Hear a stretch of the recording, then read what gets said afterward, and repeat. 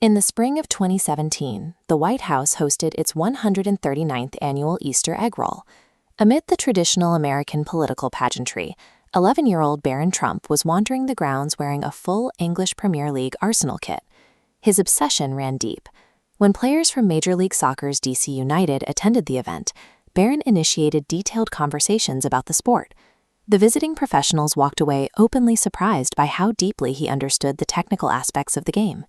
He backed up that knowledge on the field. Later that year, he officially joined the U.S. Soccer Development Academy, signing as a midfielder for the DC United Under-12 squad. He was grinding through regular youth league matches against local teams, but he was doing it while returning home to the world's most heavily guarded piece of real estate. His practice pitch was quite literally the South Lawn. Like thousands of other kids, he was trying to build a career in professional sports. But unlike anyone else, his support system came fully equipped with the diplomatic and geopolitical power of the executive branch. Donald Trump effectively became the most well-connected soccer dad on the planet, leveraging his position as commander-in-chief to fuel his son's ambitions. During the 2018 Helsinki summit, Russian President Vladimir Putin presented Trump with an official World Cup soccer ball. Trump immediately announced from the podium that the souvenir was going straight to his son. Just a month later, the head of FIFA, Gianni Infantino, visited Washington. The president used a portion of that diplomatic meeting to personally hype up Barron's dedication to the game, making sure the top executive in global soccer knew his son's name. The networking reached its peak when Manchester United legend Wayne Rooney was invited to a White House Christmas party.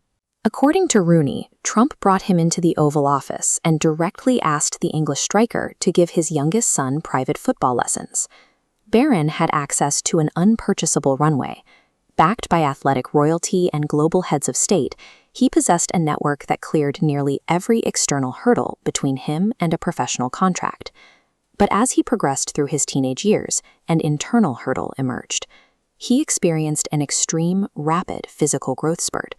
By the time he reached the end of high school, the tape measure confirmed the reality. He stood at an incredible 6 feet 9 inches tall, dwarfing his parents. This diagram illustrates why that extreme height is a problem on the pitch.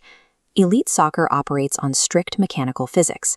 A standard 5'10" player maintains a low center of gravity, allowing for rapid direction changes and perfect balance during lateral movements.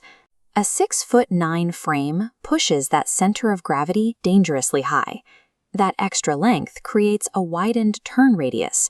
It delays foot strike timing. The exact physical traits you need to survive as a midfielder, instant foot agility and rotational speed, are severely compromised by limbs that long. Recognizing the mechanical mismatch, his father attempted to pivot him toward a sport actually built for his towering frame, advising him to take his talents to the basketball court. But the teenager was stubbornly loyal to his passion.